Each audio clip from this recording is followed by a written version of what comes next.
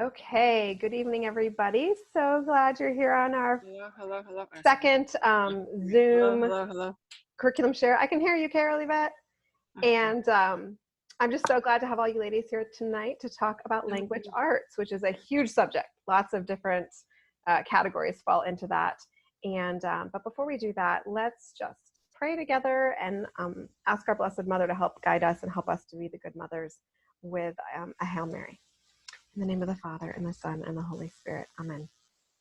Hail Mary, full of grace, the Lord is with thee. Blessed art thou among women, and blessed is the fruit of thy womb, Jesus. Holy Mary, Mother of God, pray for us sinners, now and at the hour of our death. Amen. In the name of the Father, and the Son, and the Holy Spirit. Amen. So, before we dive into sharing some of the curriculum that we have, I always have to do this little disclaimer to tell people kind of the way that I think about curriculum and homeschooling and just all the options out there. We all have very unique families, very different families, and there is no way that homeschooling can be done in a cookie cutter copycat fashion. So what you hear tonight is ideas and things to consider. But I know you know that just because it works really well for one family doesn't mean it's going to work really well for your family. And you have to be the one to discern that and figure that out prayerfully and by studying and figuring out. And sometimes just by trial and error. It sounds good. I'm going to try it and see how it goes. But I was talking with friends yesterday, and we really avoid using the word "you should do this" because that just inspires guilt. And us moms have enough of that. So please, everything that you hear, take with the spirit of, oh, would that work in my situation for my children and for me? Because it's also not just about your children, right? Your children have different learning styles and skills, but if mom can't teach it or won't or doesn't like it or has a bad attitude about it or just it's too much for mom, it's not going to be successful either. So keep all those factors in mind as you hear about things and you're making notes and thinking, I'll look into that. But that mom said that this is this way, and that may or may not work. So yeah, we have like, what was it? 1, 2, 3, 4, 5, 6, 7, 8. We had 10 posts today on different aspects of language arts. So language arts covers the teaching kids to read, which is like including phonics, the literature, which really is different for elementary and secondary kids, the teaching writing or composition, which is also very different, even more different for elementary and secondary kids. Grammar, spelling, handwriting, vocabulary. You could even argue we could throw typing in there, which we didn't talk about yet, but all those different things are included here. So you're going to hear from some of these moms to share from some of those areas. We're not all going to share from every one of them, but and the goal here is for them to tell you why these things are working in their family, so that if you hear something that sounds familiar, oh, that's the way my kid is, then maybe that resource would be helpful to you. Make sense? Sound good? Awesome. Okay. So, and I'm going to share my stuff at the end once I give you guys a chance to share. And then, like I said, we'll do Q&A, which reminds me, if someone is talking and you're thinking there's a question that you want to make sure to ask either soon or at least by the end of the call, you can pop that in the chat box. And I will make sure that by the end of the call, we've talked about everything in the chat box so that we're not having to jump in and interrupt people. But I know you don't want to forget those questions, and I don't want to forget to answer them. So pop those in there as we go. So for starters, I'm going to go ahead and let July pop in first, if you don't mind, and tell us what you wanted to share about tonight and why it's working for your family. Well, if we're talking about disclaimer, I should say that I'm new to homeschooling. So the reason I'm doing handwriting without tears is because that's the kit my sister who teaches kindergarten and pre-K sent me. And I understood it, like you were saying. I looked at the material and went, oh, I get this. I can do this. And that's why I'm doing it. Struggled with reading with my daughter, which is why I stumbled across a lot of them, but just flip over them. The Teach a Child to Read in 100 Easy Lessons. Again, I understood it. I'm an avid reader. I put down a book a week. even with the kids. And I didn't know how to teach reading, how to teach her how to read, because I don't know how to, I read so fast, so much, that I don't know how to break it down into little units. And 100 Easy Lessons broke it down into ways that she was understanding. And the going with this was basically because my sister can guide me through anything I don't know. Because she's been teaching it for several years now with her students in her classroom. So she's my backup plan for teaching this myself. And I never used it in this preschool, so it's familiar material. Nice, nice. That's great that you have her as a resource. Fantastic. Well, thank you for sharing that. I like how you pointed out that the Handwriting Without Tears worked because you understood it, and the same for the 100 Easy Lessons. It was easy for you to understand and go through. That's important, especially at that age, because those kind of foundational skills can be tricky to teach, but they're good. They're good. Awesome. Okay, Selena, do you want to share what you've got? Sure. So we did 100 Easy Lessons for my second child. My first kid learned to read naturally. I never had to teach her, which made me think I was a good homeschooler. And then my second child, reading did not come naturally to her, and I had to learn to teach I had to learn how to teach how to read. So we did 100 Easy Lessons, and then she still was not like flowing into reading the way her sister did. So we did all about reading, leap into reading. This one she did her first grade year. And I like all about reading, all about spelling, because it doesn't label grade levels. So they're not feeling like, well, I'm in first grade, I should be at level 1, or I'm in second grade, why I'm not in all about spelling level 2. It's not about grades. It's about where you are and honoring where the child is. And so the programs really did that for me. They both level 2 and level 3s come with readers. And the stories are so cute. They're cute illustrations. They're fun to read. They're short stories, so there's not a lot of text. They're just like a easy reader. But the lessons in the books train the child to read the story. So they're learning the phonics of the words in that story before they read it. So it gives them some confidence in their reading. And it helped them transition into easy readers and chapter books. Awesome. For spelling, I don't teach spelling until second grade. Just not really something that's important to us until second grade. All about spelling I like because it's multi-sensory. It comes with little tiles that have the letters on them. It also comes with cards that have the lessons on them. And the books give you all the instructions of where to use which tool. And it is kind of tricky setting up, but once you get the hang of it, I actually had a lot of fun teaching spelling. I never thought I would. For like grammar, we didn't start grammar until third grade because I feel like grammar is like algebra with words. It's just hard. So we waited until third grade for our oldest to start grammar, and we started with Language of God from Catholic Heritage.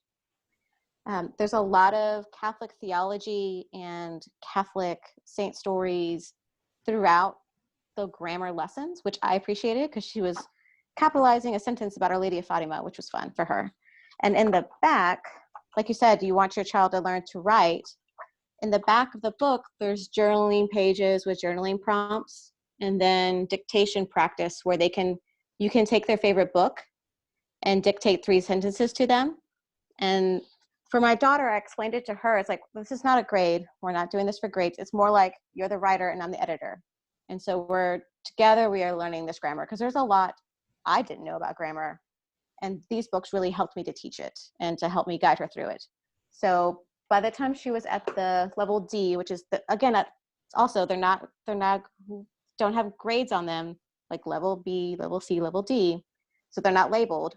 If you haven't done grammar and your child's 12, they can start with level B, and there's nothing that they don't know that they're in second grade or third grade grammar.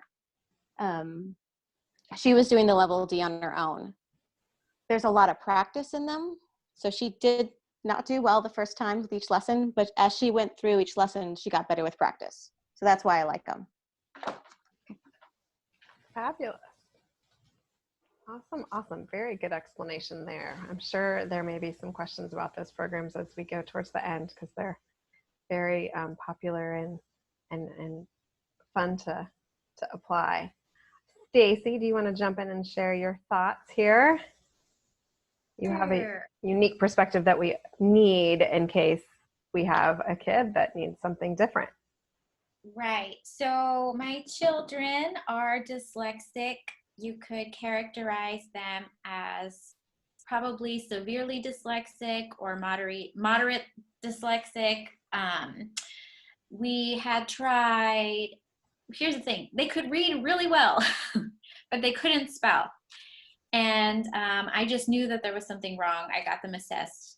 We went on to try All About Reading, All About Spelling, and it looked like it was very, very successful. But we were still coming up with that issue where a couple of weeks later, they would forget how to spell the word. Even though during the lesson, during the practice, that word was very, very, they got it down. But, and then we realized that All About Reading, All About Spelling moved just too fast. So we were blessed to be near a dyslexia nonprofit, which introduced us to Barton Reading and Spelling. This is the book for Level 4. Barton Reading and Spelling has 10 levels. It was created for dyslexic adults. However, the program was modified for children. Anybody over the age of 5 and can pass the Barton screening test can try Barton with their child. That's very important because the Barton screening test, which is free online on their website, has 3 parts. And if your child cannot pass all 3 parts, then they need some auditory intervention. And she recommends another program called Foundations in Sound.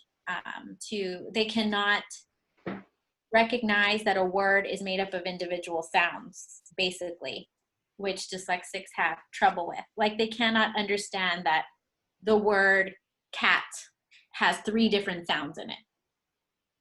So if your kid is 5 and can pass the Barton screener, you can start with Barton Reading and Spelling. The first level has absolutely no letters in it. It's all focusing on phonemic awareness. It is either very, very easy or very, very hard, depending on how the dyslexia impacts them. Barton Reading and Spelling from levels 1 through 4 covers reading, spelling, writing, and grammar. The very basics of reading, spelling, writing, and grammar. So when you are buying Barton Reading and Spelling and you're throwing down money for it and it's expensive, you're paying for 4 subjects. Susan Barton herself will tell you, do not do any writing or grammar curriculum until you have passed all 4 levels of Barton Reading and Spelling. You can add in handwriting, and she recommends Handwriting Without Tears. She says it's excellent, it's systematic, it's multisensory, it does everything that a dyslexic child needs to teach handwriting. So she does recommend that. But until you have passed all 4 of the first levels, do not introduce any other writing program. And then when you do pass level 4, Susan Barton recommends IEW. I brought out IEW too. Susan Barton said that she had always intended to go back and write her own writing curriculum for dyslexics, but when she discovered that IEW existed, she said, oh, it's already been done. So she didn't write her own writing curriculum. She recommends this for any dyslexic because, like Barton and like any Orton Gillingham-based program, it is multisensory, it is systematic, it is logical, it builds on itself, it's just what they need. What else? Barton is like All About Reading in that it comes with tiles, it's multisensory. You can buy tiles, or you can use the handy dandy Barton Tiles app.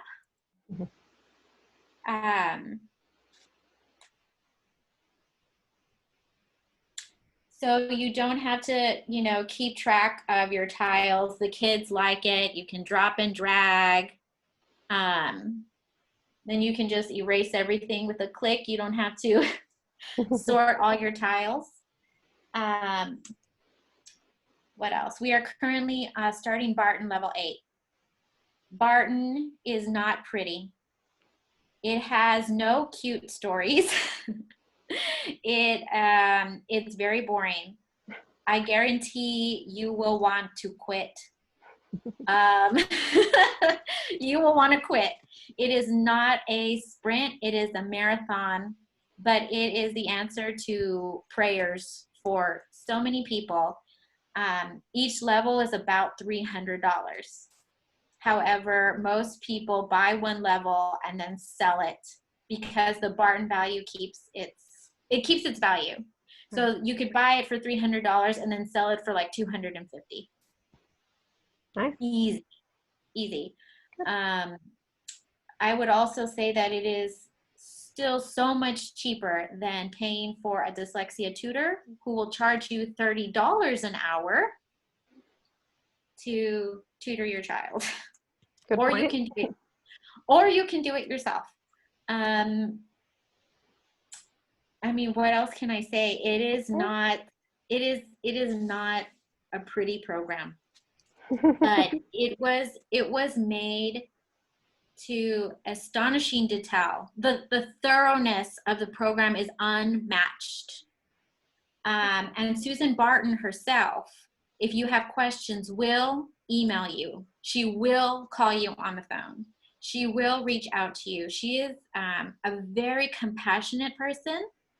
And if you have any questions, whether you own her system or not, if you have any questions, she will speak with you because she's just passionate about what she does. And so that's what's it for us. Yay! No, that's fantastic. When you find something that really works, it's really a godsend. That's awesome. And I hope that you'll come back on the special needs call and talk about it a little bit more with the moms that are there for that, because I know that they'll come and need that. Thank you. Awesome. Well, okay, let me run through what we do or what we've fallen into. So theme here, I've started each of my kids learning to read on 100 Easy Lessons. And oddly, although I did not plan it, all 4 of them, once they got somewhere between lesson 40 and 60, we both were done. It's fantastic, and we loved in that it is very systematic in teaching letter sounds and getting through to the child that the letter makes the sound and how you're supposed to articulate that. But for us, once we get to a certain point, which was somewhere in the 40 to 50 range, 40 to 60 range, we just didn't get any further. So I don't have any kid that went all the way to 100, and then I sold the book because we were done. But at that point, I pull in the Bob books because they're sounding out the 3-letter words. And I really love using the Catholic Heritage Curricula Little Stories for Little Folks program. Again, it's very simple. It's not fancy, but the little stories that come with it highlight a different phonemic sound. And so you teach that, and then you go through the little story. And there's stories about going to Mass, and there's stories about treating your brothers and sisters kindly, and like this, a little reader that kids can read. So all my kids have done that. That's where we've gone. And then, of course, supplementing with other readers and so forth. I have many, many friends who tell me I would love little angel readers because they also are beautiful and basic and fun and good. So I always have to put in a plug for that. But since we've always used these, I just, now my last one is in level 3 out of 4 on CHC. So we'll just stick with that. But then the way I approach everything else in language arts is pretty low key. I really want them to focus on learning to read And of course, handwriting. We also use handwriting without tears, so it seems like that's the winner tonight. My story about handwriting without tears is that I didn't know it existed until my oldest was in 4th grade. We had done whatever workbook I could find, Zahner Bloser, whatever, a couple different workbooks, and her handwriting was never great. It was kind of, when we got to 4th grade and someone told me about handwriting without tears, and I was like, okay, but she's already learned how to write, like she's 4th grade.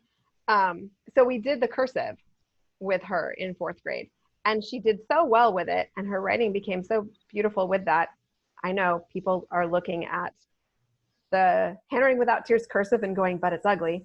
It's not like gorgeous, flowy, beautiful to start with, but they develop that as they get practice as the years go on. So that's one disclaimer.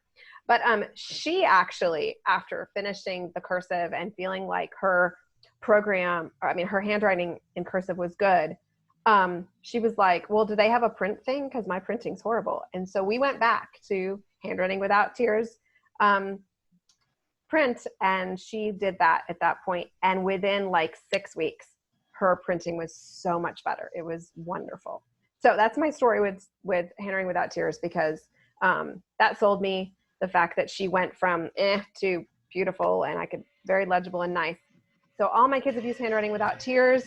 So I have 2 high schoolers who went through it. I have a 3rd grader who is finishing the cursive book right now, his first cursive book. And then my 1st grader is just finished the first printing book, I think. And so we'll move into the next one next year.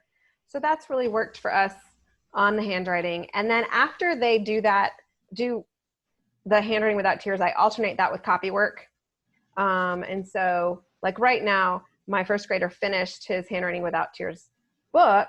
So I use their online worksheet maker and make him copy work pages. And he's just copying like a word or like a 3-word sentence right now.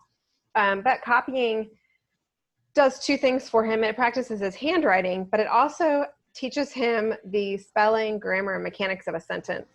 And I actually, to make those worksheets, pull spelling words from things he writes me. Like he writes us notes and they're hardly legible, but I know he's trying to write something and he tells me what it says. So I'll use those words as his copy work in those sentences. And then, and we just continue on from there. And then when they're ready to do cursive, we alternate cursive books with copy work, and they're still doing both at that point with handwriting. But as far as spelling, grammar, literature, writing, we are a Brave Writer household. So we use Julie Bogart's Brave Writer program, kind of overarching. But it's not something that I use very, very disciplined, I guess is a good way to say that. She has a ton of products out there that make it a whole language arts program, but I really only use it for the writing. And so we do the principles that are found in the Writer's Jungle, and enjoy language, and enjoy storytelling, and enjoy compositions. And I purchased her writing project packets. I think there's 4 of them, 5 of them, that give project ideas, and we'll go through those depending on their grade level to help me just like come up with ideas of things we can write together that are fun. But it's more of a lifestyle, and it's more of what flows in our family. What else is I going to say?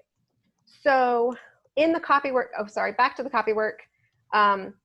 Once their copy work is kind of flowing and they understand how that works, somewhere close to 4th grade, I switched their copy work over to Spelling Wisdom, which is from Simply Charlotte Mason. And it is a copy work and dictation program that has 3 or 4 levels, that has taken all the most commonly misspelled words and found classic pieces of literature that have excerpts with those words. And so my kids are copying those, and then I'm dictating those. And so they're practicing spelling that way.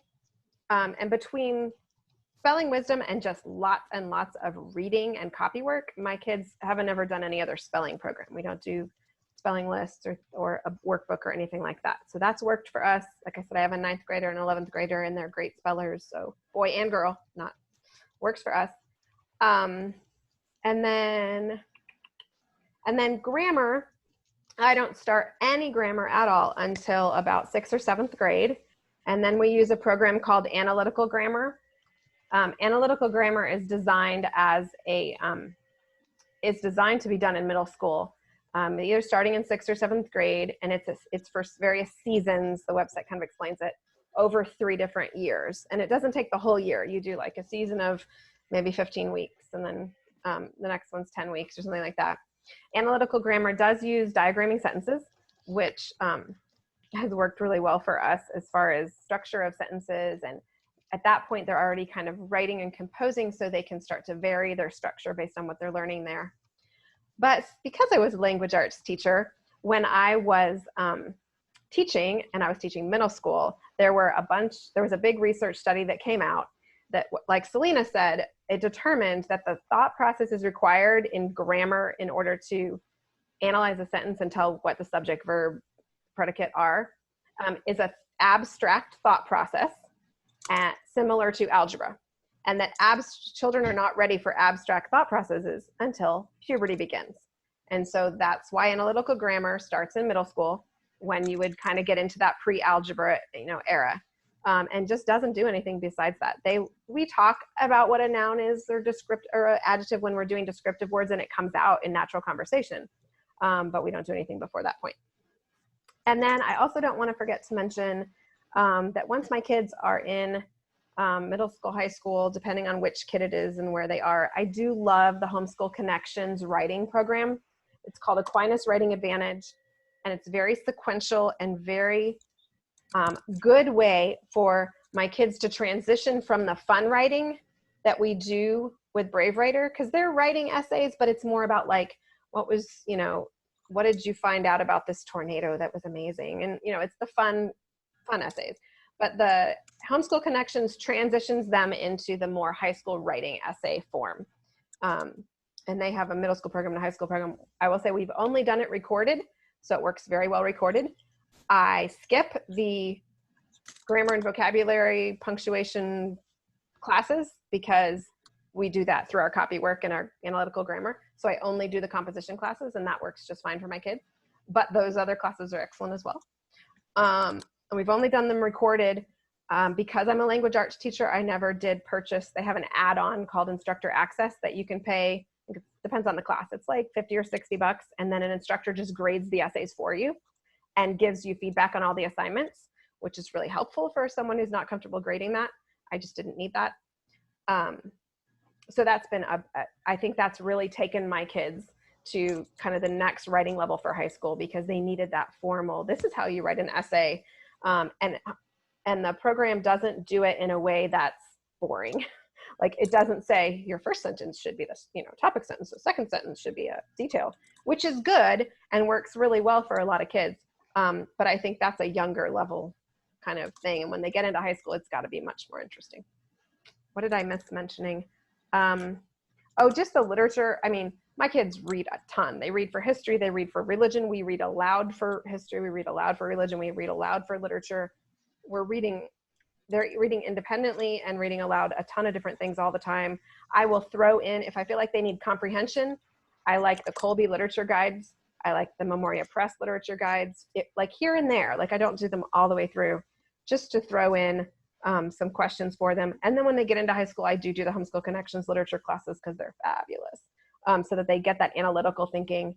In fact, my freshman is doing his first high school Memoria Press guide. And it's really like analyzing the literature deep. And so we're doing that together Socratically, and it's a lot of fun. So that's our story and what's worked for us. And like I said, I really just focus on them loving writing and reading until about middle school. And then they're ready for more, and they're ready to kind of dive into the details of grammar and the details of composition in like a formal way. So I see we have lots of stuff going on in the chat, which is fabulous. So I'm going to go back and see what you guys said. And then if you guys have questions you want to unmute and ask, or if any of you, while we were talking, thought of something you wanted to share, you are more than happy to do that. I told July that we start out with Charlotte Mason kind of philosophy underlying everything we do. And then but I don't use Mater Amabilis strictly. I like using kind of all the different resources in a Charlotte Mason way, because that's just what has worked for us.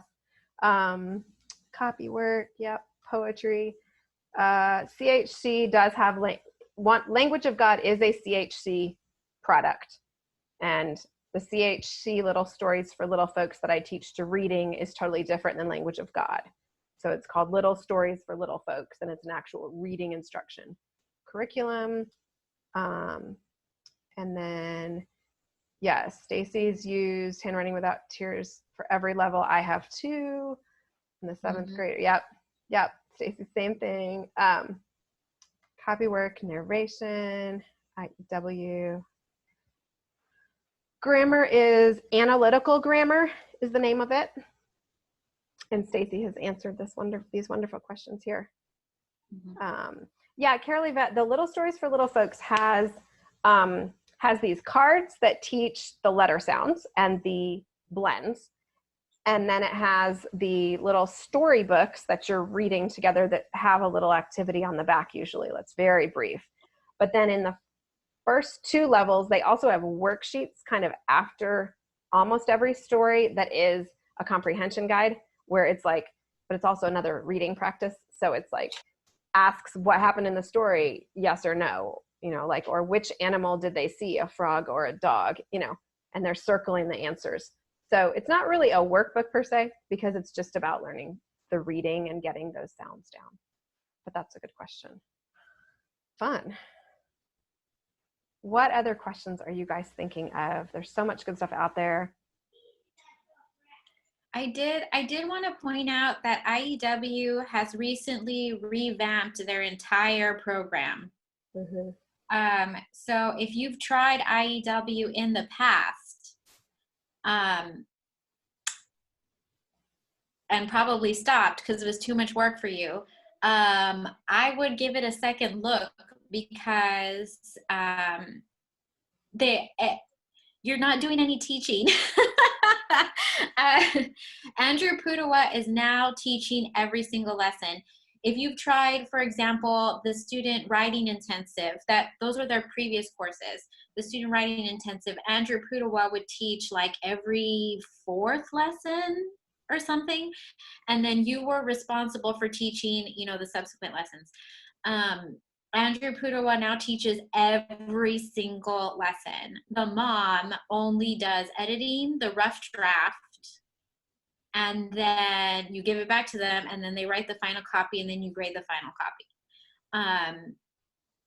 Not that I don't enjoy teaching writing. I really do enjoy teaching writing. Yeah. But I'm so worn out from Barton and from math and from the million other things that you have to do that, outsourcing to Andrew Pudawa, who is entertaining and dynamic and charismatic and has done this a million times, I'm happy to outsource to the master. You know what I mean? Right. I'm happy to do it. And that is one of the, so it's, go ahead. That is one of the complaints that they had previously. I'm glad they revamped it. I knew they had revamped it. I hadn't looked at it closely, but they had previously had lots of people saying it was too much mom work, because you had to watch all these videos before you taught your kids, and you had to kind of teach yourself first and then dive in. Excellent program. But yeah, that was a stumbling block that they did fix, I heard. So that's fantastic. So what is the new one? So what is it called? So now it's called Structure and Style for Students. Instead of the student writing intensive, they still sell the teaching writing with structure and style. So you'll see it abbreviated TWSS. They still sell that seminar. Now that seminar is to teach the teacher. Right. To teach the mom the process. Right. They still sell that, but why are you going to buy it when you can just sign up for the premium membership for 3 months, watch the seminar, and not pay anything, because the 3-month trial membership is free. So why are you going to spend $180? Right. Okay. Just sign it. Yeah, I think it's free right now. Like, thank you, COVID. Like, one little deal, one little nice thing from all of this. They give you 3 months for their premium membership. You can see the teaching, writing, instruction, and style seminar.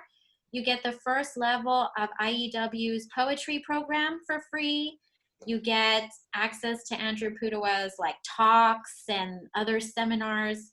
Sign up for that for free. You can watch the seminar if you want to. You don't really need to. You just need to buy the structure and style for students. You bring up, I have level. Sorry, you remind No, go ahead. me of something that I had wanted to share that was because when I investigated IEW and found all the teacher intensive, it was definitely not going to work for me at that time. And I found when we couldn't do the Brave Writer thing because I was overwhelmed and needed something simpler that was already planned out for me, we found Classical Academic Press's Writing and Rhetoric. Outstanding writing program that is fun and sequential and simple to use for mom. It is literally open and go. The kid reads the lesson, does the writing, and the teacher manual tells you exactly what to look for. So if you are, if your kid is not anti-workbook, or if you are, okay with just that kind of open and go, and that's what you really need in a season of life or forever, because that's the way life is. I loved that program. It was very good. And it tells you where to start on their website. If you have a kid that's not, I guess it starts at like 4th grade now. If you have an older kid and you want to start them in the program, it tells you where, but it takes you through fables and narration and just all the different types of writing, but in a very easy workbook format for moms. So I didn't forget to mention that. And my kids did really well with it for the 2 years that we used it, because it just really pushed them in that way. But it was fun and entertaining, kind of like Andrew. Andrew Pudewa is very entertaining. He's so funny. He starts off every new lesson with a joke, and the kids love it. If you're still on the fence, because I think, how much was this? I think it was like $180. If you're still on the fence, you're like, that's a lot of money. Right now, I think you can sign up for 3 weeks for free as part of another COVID special. You can get like the first 3 weeks of lessons for free. Right. So you can see for yourself like how dynamic he is, and just sometimes, like you said, your season, you just need a break, and sometimes they need a little bit of a break from you, and their writing is the program is just systematic. It builds on itself little by little, and I've always enjoyed that. Even when we took a break from IEW, we still used IEW techniques to do their Mother of Divine Grace assignments, because of my kids' dyslexia, we still did not use Mother of Divine Grace language arts choices.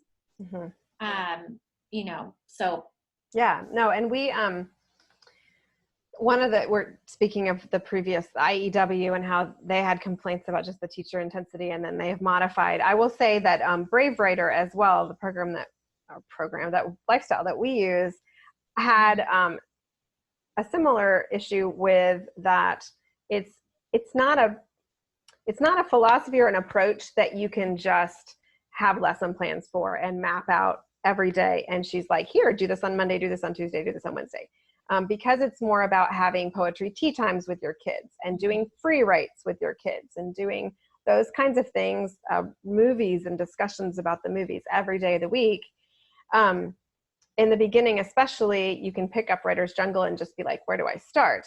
But Julie has done a great job now, as her product has grown as well, of developing aids for moms to help make that easier. So she does have, she still refuses to do like daily lesson plans because she doesn't think that's the way the program should be used. But she has checklists, and she has the materials for grammar, spelling, language arts, and it's all done in a literature-friendly copy work dictation kind of way, where they're teaching grammar that way and they're teaching spelling that way. But she adapted that, and so she has more resources available now to make it simpler for moms to keep going. And they have a fantastic Facebook group and website, and she is always posting about ways to really incorporate it into your life that's not as overwhelming, because that was kind of one of the issues with moms before. So that's good to mention. Are there other programs that you guys, that the rest of you have heard of and are curious about, that maybe one of us has seen or knows someone who used? Thinking, pondering. Not really. Okay. I do actually. It's kind of loud here, so I'm going to stay muted. Everyone is still awake here, by the way. 6 kids. It's 10:26 here. I was actually looking into Seton. I wasn't going to enroll because my kids are so, like my oldest would be a 3rd grader. But I really like the school that they go to right now. I love their public school. I just don't think that next year is going to be the same as it has been. And this is something that's been in my heart. And I think this is just the time to make the switch. But I would like to have that window open of if it's just a 1-year thing and they go back to public school. I like the way that it seems to be a very traditional, very school-like, so it won't be something totally different. And then if it's not our 1 year of homeschooling, it's not just our 1st year, and then I like how it kind of grows and it has the option for enrollment. So I was wondering I guess for reading in particular, since that's what this call is about, if anybody had used that. And I imagine that might be something that a lot of people start out with because there's so comprehensive and then kind of branch out from that. So I was wondering if anybody had experiences with that. I don't have experiences with it. I think Seton for reading does Writing Road to Reading. I think that's right. As well as their readers. Go ahead, Stacy. Yeah. Have you used it? No. Because your kids, right? Yeah. So that's a Mother Divine Grace choice. Okay, but that's not even their first choice. Like Mother Divine Grace uses 100 easy lessons and then like sound beginnings and Writing Road to Reading. So yeah, people either love that or hate that. Yeah. At least that's what it seems on the Facebook group. Yeah. So Seton, I know the way it's structured is that there's a workbook for every subject. So you'll have a phonics workbook, a spelling workbook, a grammar workbook, and then of course all the other subjects from beginning on up. So for some people that works really well because it covers everything. There's no gaps. There's no, danger of missing something. For some families, it's not engaging enough for the kids because it is in some ways similar to a traditional classroom, but there's less engagement with the teacher when you have all the workbooks stacked up. I would say there's a couple different, just because no one seems to, have firsthand experience with the Seton reading program, I would say there's a couple different homeschooling programs that are Catholic that have lesson plans and have it formatted. We've been talking a little bit about CHC, and they have that, which is a little more engaging. I think a few of us use some of those resources. But yeah, no, a lot of people start out with Seton, and it's a fabulous place to start because you know exactly what you're doing, no questions whatsoever about that. It just kind of depends on the temperament of your kids too. There's most of the families that I know, who stick with Seton long term, because I can think of 2 friends that are like, K through 12 Seton.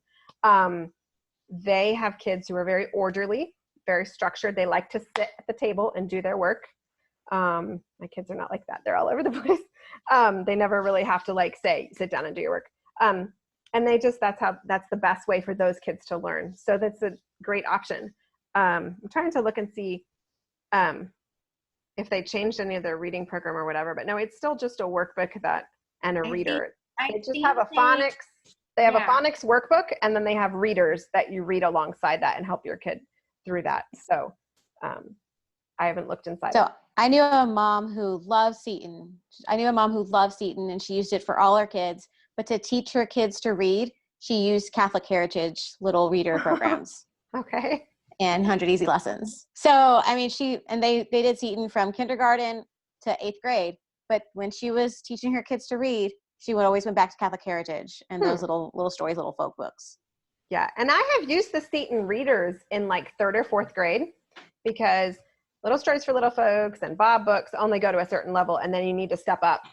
And I do love the Seton readers because they're Catholic stories. They're republished old textbooks, the Sadler stuff that used to be used in Catholic schools way back when, and they've republished them. So they're beautiful readers. And so I do love those. Those are very good. I'm just not sure about the phonics instructions. So that's a good question though. Maybe someone in the group will have an answer on another time.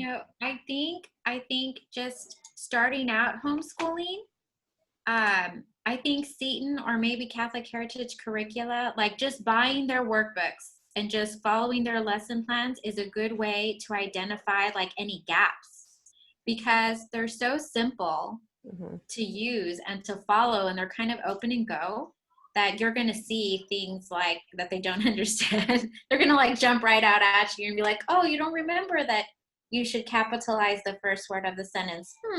You know? So, you know, I wouldn't discourage anyone from, like, if you feel comfortable buying a stack of Seton books to try it out, like, I would never discourage anyone from just trying it. And they're inexpensive programs to try. Yeah, to just purchase the books. Yeah, awesome. Has anyone used the CHC handwriting? Jill has asked, anyone use the CHC? I feel like there's somebody in our group that mentioned they did use it and like it. Oh, Selena, you did?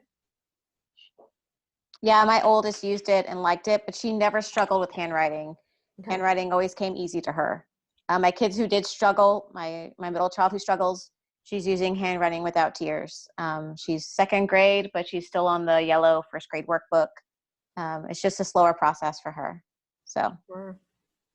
Okay, I'm looking for handwriting to see if someone commented. I know that my friends who don't like Handwriting Without Tears cursive because they're cursive snobs. No, because it's just not pretty at first. They like the CHC cursive, and I have two friends that do Handwriting Without Tears print and then cursive. And I really think someone wrote, yeah, here it is, handwriting. Look, Handwriting Without Tears. Okay, it's yeah, Jen Aguila says, I used CHC handwriting for my oldest two daughters who did not struggle with handwriting at all. Their practice books were just what they needed to succeed.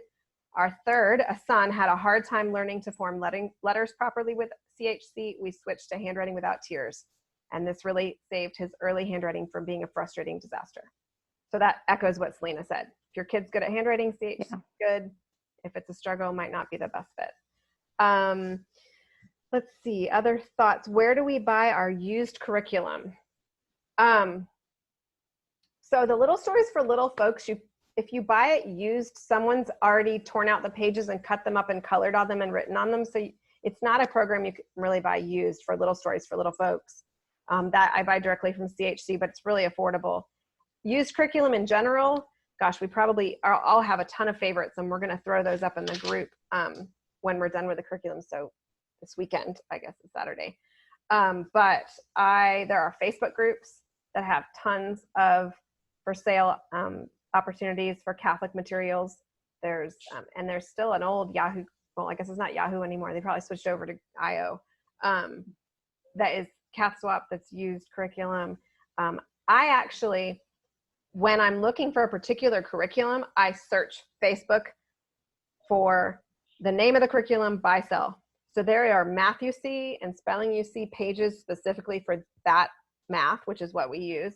There are All About Spelling, All About Reading. There's like special group on Facebook designed for selling the used products.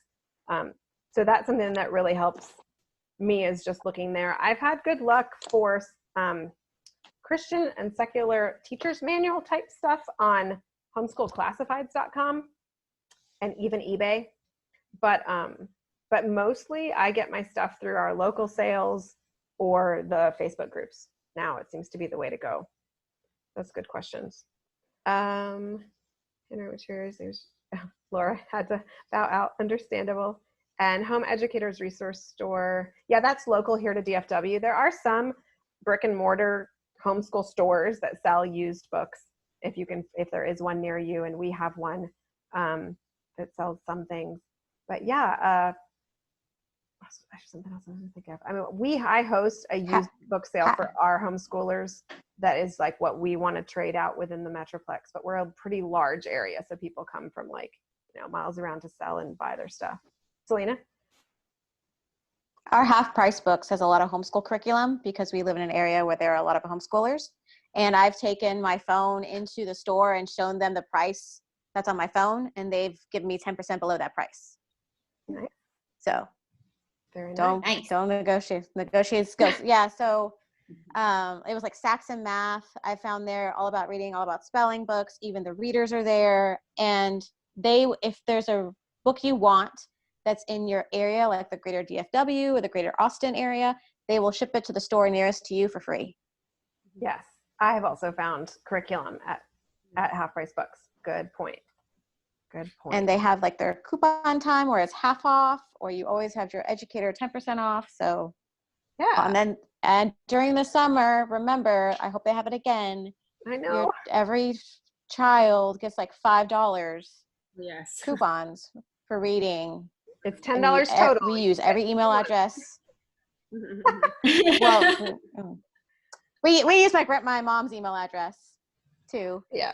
I refuse. So the more kids you have, the more money you get. I have refused to give them my email address, and they still give me the coupons. Just for the record. They just nice. I'm like, I don't want to be on your list. And they're like, okay.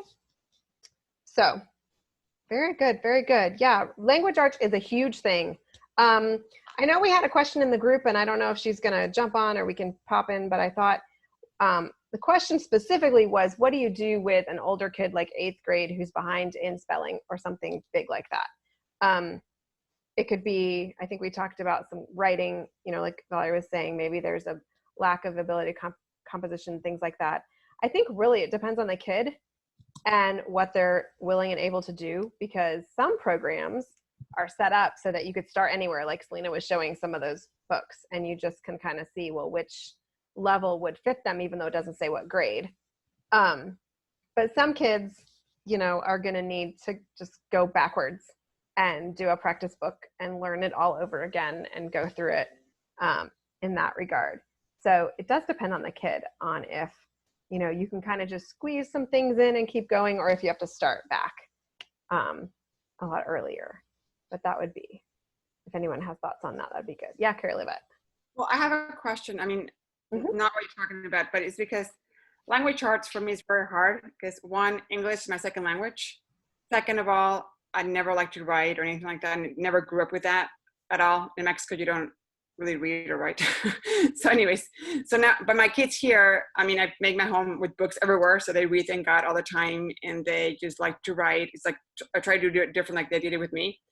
But I have a hard time that I don't do too much or too little with language arts, because like, for example, if I see Seton, vocabulary, spelling, phonics, grammar, but you're like, oh my goodness. And the kid is like, all these workbooks, I don't want to do that. But at the same time, I'm like, okay, if I don't do it, are they going to miss something? And then Charlotte makes a narration. And then it's like, I have all this information in my head. And I'm like, how do I know what is the best thing, I guess, for that child? So every child is different. Like you were mentioning, you don't do spelling workbooks. And then some people do spelling workbooks. So you're like, okay, should I not do it? Should I do it? And either my son, who's 12, he's always very worried that he's not going to finish all the things to finish or be ready for college. That's why I did a test for him. He's like, are you going to test you? I'll print out something for you. This is 6th grade spelling, and let's see if you know it. It's like, okay. And we did it. He's like, oh, Mom, I know them. How do I know them? I said, because you read. See, you got it. Yep. But again, it's like that unsureness of myself, because I'm not very sure of that. And then I didn't make sure that, how do you know exactly how much to give a 1st grader, for example, is going to be next year of phonics and reading and spelling and Well, I think that's a good question, and it's different at different ages. So like, that was perfect that you took your 12-year-old and you said, let's do a 6th grade spelling test and see what you do. Like, that's how I would do it. I would be like, what do we need to do this year? Like, where are you? Maybe assess them formally or informally. A 1st grader that's, learning to read, a lot of it, at least for me, I've had kids learn to read at various ages. The oldest a kid learned to read was 8.5, 7.5. I think he was 8.5. And with reading, you just start and go at their pace. And when they hit a wall, you take a break. I think that's so important to not kill the love of reading by pushing when they are struggling. Like when a kid is struggling, unless there's a reason that you can identify. If a kid is struggling with, in 1st grade, kindergarten, 1st grade, 2nd grade, and they're struggling with that basic skill, I think you have to take a break and see, and then come back. Because when we've done that, think about your kid as a baby and how like they learn to walk, they suddenly stop sleeping.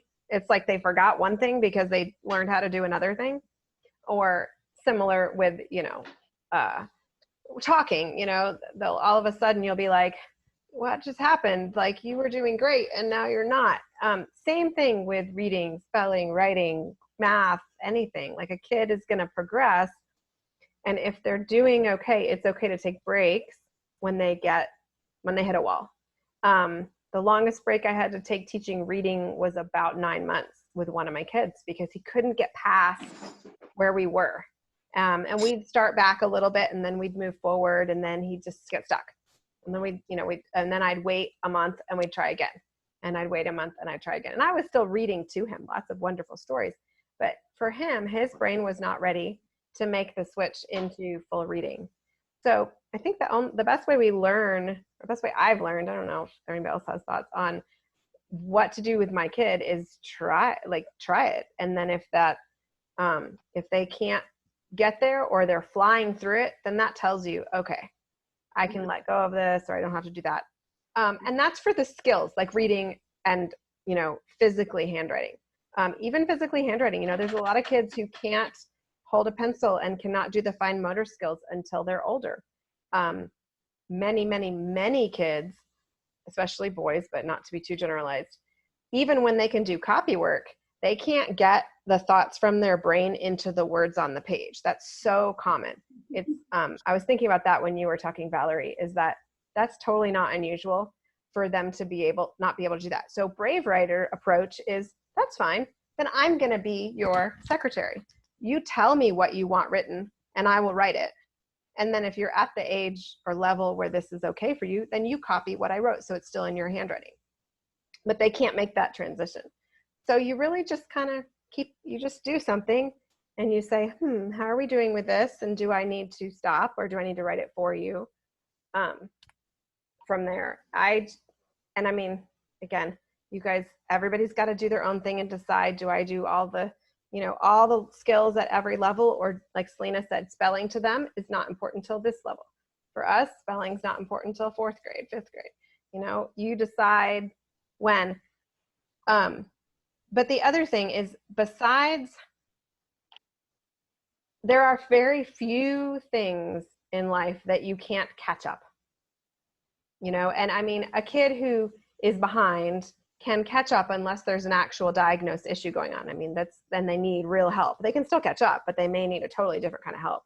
But I think of things like history and science and, reading and math. And if they're behind, they could get to 9th grade and do like 2 math books in 1 year once they catch up and once their brain, or do some over the summer. It's possible to catch up. It's not great in high school for college prep, because if they're college bound, but a lot of times those kids aren't going to be college bound if they're not, or they're going to take a gap year, which gives them another year. So I would try whatever you feel is important each year, but I would not stress out to the point where you push too hard and just overwhelm yourself or your kids, especially if lots of kids, because you got to combine them to do something or you're going to go stir crazy. Stacey? 2 things. When I was just starting out these books are everywhere. There are these books that are like, what does your kindergartner need to know? What does your 1st grader need to know? And it has one for every grade level. And these books are everywhere. They're like at every library. I think they're a little advanced. So if you check out the book, like, what does your 6th grader need to know? I think that's kind of advanced. It's probably more like what your 8th grader needs to know. But I think those books can give you like a general overview of like basic things that your 6th grader or whatever needs to know. Like if you're not sure, because you were asking like, how do I know? Those books they're kind of just like a generic kind of resource that a lot of moms just kind of flip through, just to help gauge like where their kids more or less gonna be. Yeah. Second thing, it was a talk from Andrew Pudewa from IEW that kind of, this is my favorite talk of his. I think it was transformative in my mindset regarding the language development of my children. And the talk is called Nurturing Competent Communicators. because it's an excellent talk. I recommend it for anybody. And he basically tells you, you know, it's not about being a good writer. It's not about being able to write, you know, a compare and contrast essay or, you know, what. That's not the point. The point is you want a competent communicator. You want your child to be a competent communicator, to get their message across. And the talk is free on the IEW website. And he goes through the process of why children in the typical American public education setting, why their writing, their writing and reading levels keep going down. You know, like why were people better writers like 100 years ago than they are now? You know, just things like that. And then he describes ways in which to infuse language into your program, into how you teach, and how that will help nurture the competent communicator. So I think that talk is transformative. Yeah, and Andrew talks about how kids don't have to learn certain skills at certain ages, and that they'll get there as long as you just keep, you know, you keep presenting it to them, keep trying, you know, showing them things. But he talks specifically about one child of his that didn't read until he was it 11, 12 at all? Right. His son couldn't read at all. Could not read. But this child listened to audiobooks so extensively instead that by the time he finally figured out writing or reading, which, I mean, and here's my brain science going, oh, it was puberty. That as soon as he started reading, he could read at like an 8th grade level. It was like that. Because he had already listened to it all. And once the reading part clicked, he was, you know, miles ahead. So it's a mom call. It's do I trust, you know, what am I going to teach? And is this the right thing right now? And it's tough. And we're going to make mistakes. I think that's fair to say. We are going to, you know, somebody's going to regret something. But when we think back on our own education, and of course we want to provide our kids with a better education than we had, but like we had gaps and we're okay and we're doing well, or we wouldn't be teaching our kids. We would be, you know, that would not be our choice if we were not already relatively, you know, confident in our ability to do that, or not even be able to identify, you know, that homeschooling is something that's feasible for me. Because if you're here and you're considering it, then you're there. So it's important to remember that each person really has to figure that out and really has to decide, you know, what approach gives me peace and what approach is going to let my heart trust that I'm doing the best I can for my kids, whether that's full enrollment in Seton with all the workbooks, or whether that's, you know, let your kids read when they want to read and when they ask you to learn to read, which kids do. If you don't teach reading until, you know, and they see people reading, they're going to be like, I want to learn to do that. Right. Yes. So yeah. So I mean, there's a huge realm, and it is hard to figure out, but it's just kind of pick something and go with it. Right. Awesome. Any go ahead. I was saying my husband was like that. He didn't learn to write well in English because he was ESL until he was a junior in high school. And he still got into college and he still got a good degree and he still has a great job, but he doesn't use his writing skills anymore. He used them in college to get his degree, but he no longer uses them, but he has really good communication skills. That's what writing taught him. That's what reading taught him, is those good communication skills to get his job done. So, and they learn it when they need to get their purpose done. He wanted to go to college. It was his sophomore year when he realized he really wanted to go to college. And so he spent a summer learning to read and write well. And I mean, this was 25 years ago. ESL was not what it is today. Mm-hmm. So he was sort of a guinea pig of ESL. And my daughter reads at a faster, better pace than he does. He still struggles to read. He still struggles to comprehend. But when he reads the book, he knows it. And he puts it to good use. So and just to give you an adult perspective. Right. Good. And you point out that he's a competent communicator, and that's really what we can do for our kids, you know, starting from when they're little. You know, you talk to your baby, right? And you're changing their diaper and you're talking to them and they're learning language. And then they're telling you stories about all the things that happened in the backyard, and you have to listen to all the endless rambling stories, right? They are becoming writers in that moment, like when you are letting them tell the story.